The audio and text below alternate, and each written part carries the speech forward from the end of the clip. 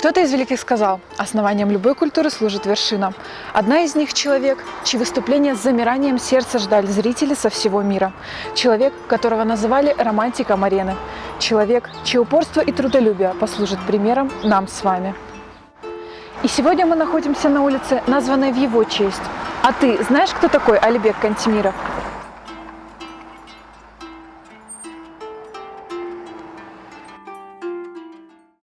Основатель знаменитой династии, народный артист России Алибек Тузарович Кантемиров родился в небольшом селении на севере Осетии в 1882 году.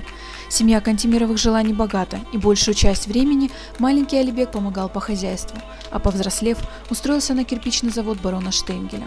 В 1900 году семья переезжает в город Владикавказ, где в то время было много частных скаковых конюшен. Впервые в жизни он увидел настоящие скачки еще в раннем детстве в селении Даргавс, куда родители взяли его с собой на праздник. Увиденное Алибеком зрелище предопределило его будущее.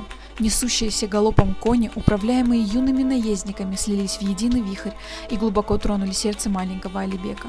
С тех самых пор его не покидала мечта стать профессиональным наездником. Путь Алибека Кантемирова к мировой цирковой арене начался с расклейки афиш, установки декораций и уборки клеток. Будучи общительным, добродушным и достаточно проворным, Алибек охотно исполнял всю работу, однако не упускал малейшей возможности поупражняться в джигитовке и верховой езде, большую часть времени посвящая уходу за лошадьми. Наконец, Алибеку предоставляют возможность подготовить свой номер, и вот он на арене цирка исполняет трюки, от которых захватывает дух. Зрители еще не знают, что стали свидетелями рождения новой звезды цирка. Искусство молодого джигита приобретает широкую известность, его приглашают лучшие цирки не только России, но и Европы. Алибек создает целый ряд сложнейших трюков, некоторые из которых не могут повторить до сих пор. В 1928 году Алибек Кантемиров со своими единомышленниками создает первую национальную конную группу, которую приглашают за границу на лучшие арены Германии, Бельгии, Швейцарии, Испании, Франции, Голландии, Дании и Англии. Труд Алибека Кантемирова отмечен орденами Трудового Красного Знамени и знаком почета. Ему присвоено звание народного артиста России и заслуженного деятеля искусств Северной Осетии. Вся его жизнь – изнурительная работа и вечный поиск, но самая высокая награда – его наследники, сыновья и внуки, продолжатели не только рода Кантемировых, но и великой династии цирковых наездников, которыми он гордился, как и именами десятков других учеников, ставшими гордостью советского и российского цирка.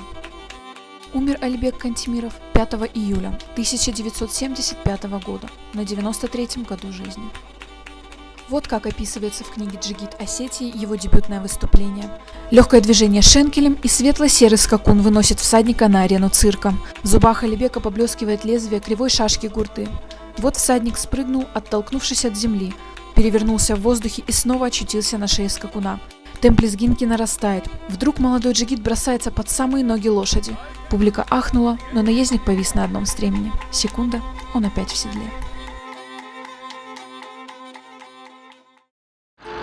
Так давайте запомним его таким и мы.